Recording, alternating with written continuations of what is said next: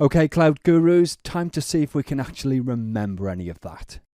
The need to scale, well, it's just a reality in the modern business world.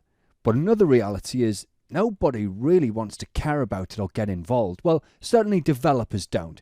They want to focus on the app and bring in value to the business. Well, guess what? Kubernetes is a great fit for that because it does a pretty decent job of doing all of the scaling for you. Well, at least once you've set a few things up. So we said scaling's about demand or load, and as pressure builds we scale up, and as it eases we scale down. But for it to be properly useful, it's got to be automatic. Now then, Kubernetes has got three main technologies for scaling. In the pod arena, there's the horizontal pod autoscaler and the vertical pod autoscaler. The HPA's been around since forever, like I reckon maybe even Kubernetes 1.1 or 1.2, but the VPA's new. In fact, it's so new it's not even in the oven, so we really didn't talk about that, just the HPA.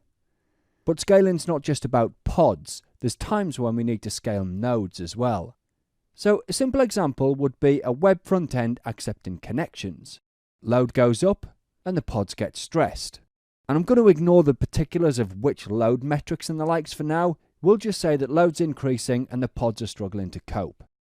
Well, if we've got an HPA object configured to watch the deployment that's managing these pods, that's going to wake up every 30 seconds and check actual load against a set of triggers.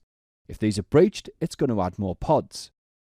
Now, assuming the cluster's got enough capacity on the existing nodes, those pods will just get scheduled and they'll help carry the weight of requests coming in. And that's all good. Though I'll say this while I'm on.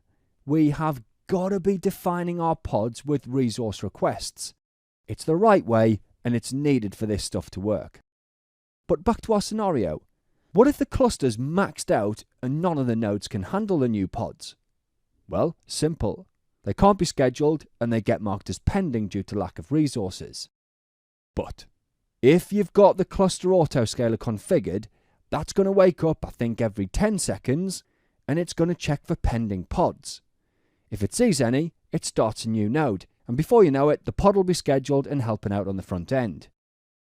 And again, it all requires pod resource requests. And I know I'm banging on about this now, but get into the habit of configuring your pods with resource requests. Now then, we said the cluster autoscaler ties in with your cloud platform. So if you took the networking section, we said that service load balancers make external calls to load balancer APIs on your cloud platform. That in turn spins up an internet-facing cloud load balancer. Well, the cluster autoscaler is the same or similar, because you see, it makes external calls to the auto-scaling node APIs on your cloud to spin up more nodes, or to take them down if load's backing off, yeah? Now then, okay, HPA's been around since forever, which is good, but the stuff in the V1 API only supports CPU as a resource. Lucky though, V2's on its way and it includes memory and custom metrics. And let me tell you, custom metrics is where the magic is going to be. I mean, you'll probably need Prometheus and there'll be work to do in order to offer metrics up to Kubernetes and the likes, but the sky really should be a limit when it comes to picking the metrics that matter for your app. Now, finishing up right, we said already that the HPA is a pretty specialized controller. All it really knows and cares about is when scaling operations need to happen. So it knows absolutely nothing about actually how to scale or how to actually schedule new pods.